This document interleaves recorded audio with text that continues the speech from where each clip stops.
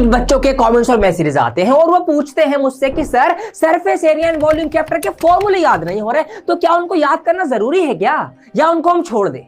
वहां से मुझे एक आइडिया क्लिक हुआ कि क्यों ना मैं आपको बताऊं कुछ ऐसे इंपॉर्टेंट पॉइंट्स जो कि आपको करने ही करने पड़ेंगे अपने बोर्ड एग्जाम की फाइनल प्रिपरेशन के लिए। और फिर मैं रिसर्च में लग गया और उसी रिसर्च का नतीजा है आज की यह वीडियो, जिसके अंदर मैं आपको बताने वाला हूं 5 must to do points for your final exam math preparation, कि इनके बिना तो बात नहीं बनेगी, इनकी तैयारी आपको करनी ही करनी पड़ेगी। तो बहुत इंपॉर्टेंट ये पॉइंट्स हैं, इनको एंड तक देख के जाना। और वीडियो के एंड में मैंने कुछ अलग से भी कुछ हाईलाइट्स और इंपॉर्टेंट पॉइंट्स, एक्स्ट्रा पॉइंट्स आपको बताए हैं, तो उनको भी जान के जाइए। बहुत फायदा पहुंचाने वाली ये वीडियो, क्योंकि इन पॉइंट्स के बिना तैयारी इंपॉसिबल है। ये पॉइंट्स आपके एग्जाम में आने ही आने हैं। तो देर किस बात की है, स्वागत है आप सभी का आपके फेवरेट चैनल डियर सर में।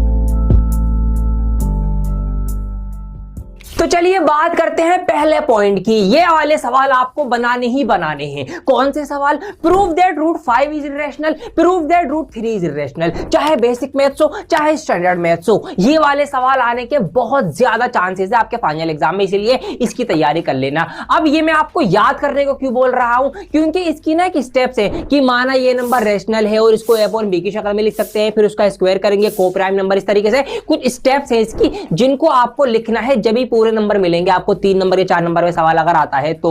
और मजे की बात यह है कि मैंने एक अलग से सेपरेट वीडियो सिर्फ इसी सवाल को कराने की बना रखी है। लाखों बच्चे इसको देख चुके हैं। तो अगर आप भी इस सवाल को याद करना चाहते हैं, समझना चाहते हैं कैसे आपको लिखना है ताकि पूरे मार्क्स मिले, ये वीडियो भी आप बाद में देख सकते हैं। तो ये था हमारा पॉइंट नंबर 1। तो अब बात करते हैं दूसरी चीज की जो आपको बनानी ही बनानी है, तैयार करनी ही करनी है। उसका नाम है पेयर ऑफ लीनियर इक्वेशंस की कंडीशंस। मतलब कब दो लाइंस पैरेलल होती हैं, कब वो इंटरसेक्टिंग होती हैं और कब वो कोइंसाइड होती हैं। इसकी कंडीशन आपको याद करनी ही करनी पड़ेगी, क्योंकि इसके आपको 2 सवाल देखने को मिल सकते हैं, एक छोटे नंबर में एक बड़े नंबर में। लेट सपोज पैरेलल की कंडीशन होती है a1/a2 equal to b1/b2, but b1/b2 is not equal to c1/c2। ये पहचान होती है पैरेलल लाइंस की। सवाल ऐसा बन सकता है कि आपसे क्या पूछा जाएगा, कोई 2 इक्वेशन दी जाएंगी और आपसे कहा जाएगा कि अगर ये 2 इक्वेशन पैरेलल है तो भैया k का मान ज्ञात कीजिए, k की वैल्यू बताइए, उसमें k दे रखा होगा आपको। तो इक्वेशन के अकॉर्डिंग आपको फिर याद रखते हुए क्या कंडीशन होती है, a1/a2 b1/b2 रख के सॉल्व करेंगे, k की वैल्यू आएगी। ऐसे ही तीनों में से कोई सी भी कंडीशन आपको दे सकता है और आपसे एक सवाल पूछ सकता है। इसीलिए ये कंडीशन याद कर लेना तीनों, और इनके रेशो क्या क्या होते हैं, कब कब बराबर होते हैं, कब बराबर नहीं होते, कौन से नहीं होते बराबर, कौन से बराबर होते हैं, ये सब तीनों कंडीशंस के आप याद कर लेना। इसके बिना बात बिल्कुल नहीं बनेगी। आइए फटाफट से बढ़ते हैं तीसरे पॉइंट्स की तरफ।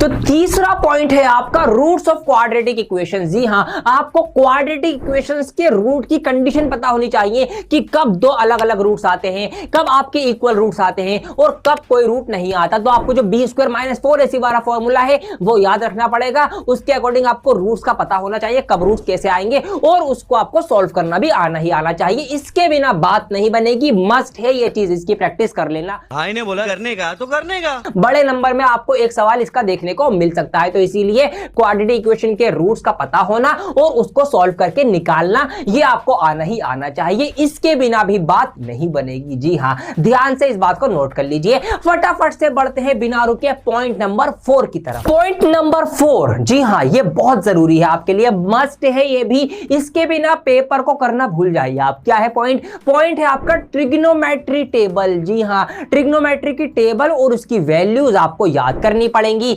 स्पेशली साइन थीटा की और टेन थीटा की। इनकी तो आपको याद करनी ही करनी पड़ेंगी, क्योंकि जितनी भी वर्ड प्रॉब्लम आपकी बनेंगी ट्रिग्नोमेट्री की हाइट एंड डिस्टेंस से रिलेटेड, उसमें ज्यादातर टेन थीटा और साइन थीटा ही यूज होता है। बाकी आपको सारी वैल्यूज याद होनी चाहिएगा, और टेबल के बिना ये सवाल आप नहीं कर पाएंगे। तो इसीलिए ट्रिग्नोमेट्री टेबल आप याद करो। अगर याद करने में दिक्कत हो रही है, इसकी भी मैंने सेपरेट वीडियो आपके लिए बना रखी है, ये वीडियो देख लेना। इसमें मैंने ट्रिक बता रखी है कैसे आप ट्रिग्नोमेट्री टेबल को याद कर सकते हैं, तो आपको काफी हेल्प मिल जाएगी। लेकिन इसको बना के जरूर जाना अगर आप सारे सवाल सही करके आना चाहते हैं। इसके बिना आपके बहुत सारे सवाल छूट सकते हैं, गलतियां हो सकती है, इसीलिए इसको हल्के में मत लेना। तो अब मैं आपको बताने जा रहा हूं 5वां और आखिरी पॉइंट, लेकिन इसके बाद कुछ मिसलेनियस पॉइंट्स, कुछ बोनस टिप्स भी आपको देके जाऊंगा और चैप्टर से रिलेटेड क्या क्या आपको पढ़ना है। तो याद रखिए 5वां पॉइंट सुनिए ध्यान से। इसके अंदर मैंने रखा है surface area and volume chapter के अंदर सिर्फ फॉर्मूले आपके यूज होने हैं। कुछ बच्चों के अभी कमेंट्स भी आए थे मेरे पास कि सर जी हमें फॉर्मूले याद रखने में दिक्कत हो रही है सरफेस एरिया एंड वॉल्यूम के, स्पेशली कैसे याद रखें, बहुत सारे फॉर्मूले हैं। तो वैसे मैंने एक सेपरेट वीडियो बना रखी है जिसमें आपको मैंने यही बताया कि कैसे फॉर्मूले याद रखें सरफेस एरिया एंड वॉल्यूम के, ये वीडियो आप देख सकते हो। लेकिन आपको फॉर्मूले पता होना चाहिए कि कब वॉल्यूम निकालना है, कब टोटल सरफेस एरिया निकालना है, कब आपको कर्व सरफेस एरिया निकालना है, तीनों का आपको डिफरेंस पता होना चाहिए। और कई सवाल ऐसे भी आ सकते हैं, सुनो ध्यान से, कहते सवाल आपको ना कॉस्ट निकलवाई जाएगी कि कोई बर्तन या कोई चीज है उसके ऊपर पेंट करने की कॉस्ट है, एक टेंट बना रहे हैं तो उसके ऊपर जो कपड़ा लग रहा है उस कपड़े की कॉस्ट बताओ कितनी आएगी। तो कॉस्ट वाले सवालों में क्या होगा, आपका हमेशा एरिया निकलेगा। तो जितनी चीज यूज हो रही है उसके बनने में वो चीज आप देखेंगे, क्या सिर्फ कर्व सरफेस एरिया लगेगा या टोटल सरफेस एरिया लगेगा, उस एरिया को निकाल के उस कॉस्ट से मल्टीप्लाई करनी पड़ेगी आपको। तो इसीलिए आपको एरिया के फॉर्मूले पता होने चाहिए सही सही कि किसका कौन सी शेप का कौन सा सही फॉर्मूला है। इसीलिए मेरे प्यारे बच्चों प्लीज प्लीज प्लीज फॉर्मूले याद कर लीजिएगा सरफेस एरिया एंड वॉल्यूम के। इसके आपको कई सवाल आपको देखने को मिलेंगे, बड़े नंबर में क्यों ना हो, छोटे नंबर में क्यों ना हो। तो आपको ये चैप्टर काफी अच्छे नंबर दिलवा सकता है। और फॉर्मूले गलत करें तो सब कुछ गड़बड़ हो जाएगा। इसीलिए फॉर्मूले याद करना मस्ट है, इसके बिना बात नहीं बनेगी। इसलिए बता रहा हूं surface area and volume chapter के फॉर्मूले याद कर ले। तो मैंने आपको बता दिए 5 must to do points for your math preparation, इनके बिना बात नहीं बनेगी, ध्यान रखिएगा।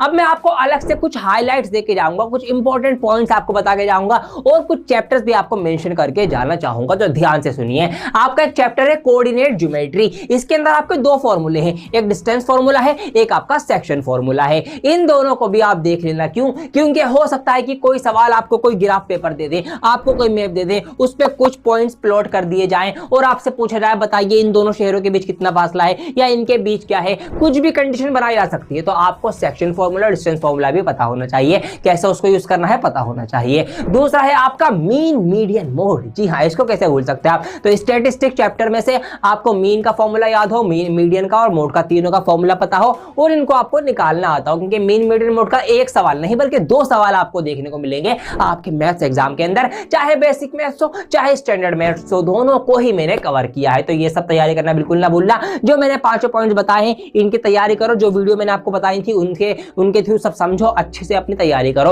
और क्या क्या नीड है आपकी मुझे कमेंट करके जरूर बताइए, क्योंकि आपके कमेंट से ही मुझे पता लगा कि आपको ये चीजें पता होनी चाहिए, इसीलिए मैं ये वीडियो लेकर आया। तो अगर क्लास 12th वाले बच्चे भी चाहते हैं कि मैं आपके लिए भी ऐसे ही पॉइंट्स लेकर आऊं, कमेंट करके मुझे प्लीज बता दीजिए आप लोग, ताकि मैं आपके लिए भी ऐसे बता दूं कि कौन से चैप्टर आपको बनाने ही बनाने पड़ेंगे, क्या चीज की तैयारी करनी पड़ेगी। कैसी ये वीडियो लगी आपको कमेंट करके मुझे बताइए ना। और हाँ, इस वीडियो को लाइक करिए, ज्यादा से ज्यादा अपना प्यार दीजिए, अपना सपोर्ट दिखाइए और इस चैनल को सब्सक्राइब करिए अगर आप मेरी वीडियो पहली बार देख रहे हैं तो, क्योंकि यहां पर आपको ऐसे ही बढ़िया और यूजफुल वीडियोस आपके लिए मिलती रहेंगी जो आपके फाइनल बोर्ड एग्जाम की तैयारी में मील का पत्थर साबित होंगी। ऑल राइट, बहुत जल्द लौटूंगा एक और नई वीडियो के साथ, जब तक के लिए बने रहें डियर सर के साथ। जय